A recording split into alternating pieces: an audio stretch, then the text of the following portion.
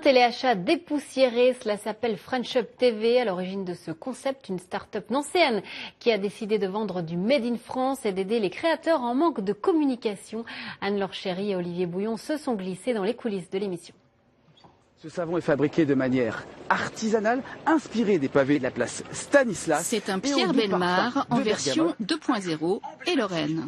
Un frigidaire, un joli scooter, un atomixer et du Dunlopilo, une cuisinière. François Barthélémy et 3 autres comédiens sont devenus les chroniqueurs de French Up, une chaîne de téléachat sur le net spécialisée dans les créateurs Made in France. Elle a été lancée le 1er mars par Rémi Antoine, jeune commercial qui a tout plaqué pour monter sa start-up et ouvrir des studios d'enregistrement à Gondreville, en couveuse d'entreprise. On va aller dénicher des créateurs partout en France qui n'ont pas forcément les moyens et le temps de pouvoir bien se développer sur le net. Et notre idée, en fait, c'est de dire, bah voilà, vous créez et nous, on s'occupe du reste. Mais c'est quoi ces lunettes là? Elles sont pas mal. Ouais, c'est les lunettes de la marque. On a décidé, après pas mal de semaines d'études, de travailler donc sur la vidéo, parce qu'on s'aperçoit aujourd'hui que l'audiovisuel est un outil vraiment indispensable dans l'outil marketing aujourd'hui sur Internet pour avoir une meilleure compréhension du produit et surtout une meilleure confiance dans l'achat.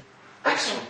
Pour vous, retrouvez toute la gamme Bergassens ainsi que de nombreux autres produits issus de la création française sur le site frenchup.fr. Coupé! Je ne sais pas si on a une image positive en France du téléachat, si c'est pas un peu ringard.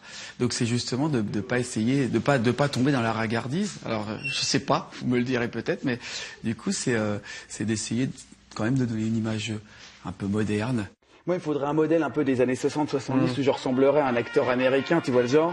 On a juste dépoussiéré sans pour autant enlever l'image du téléachat qui marche bien en France, mais qui marche surtout bien dans d'autres pays, comme par exemple l'Angleterre ou l'Allemagne. On a dépassé les frontières en termes d'idées aussi, et donc on fait en sorte d'améliorer ça sur une sauce un petit peu plus moderne, on va dire.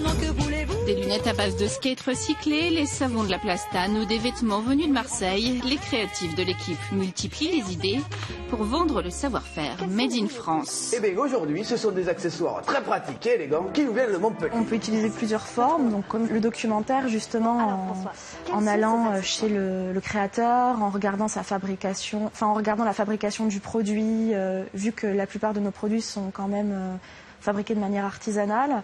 Ensuite, on peut utiliser des effets spéciaux pour faire de la pub un peu fictionnelle, par exemple, en faisant des petits clins d'œil à des séries d'autrefois, faire une sorte de web-série aussi, avec tous les chroniqueurs que nous avons sous la main.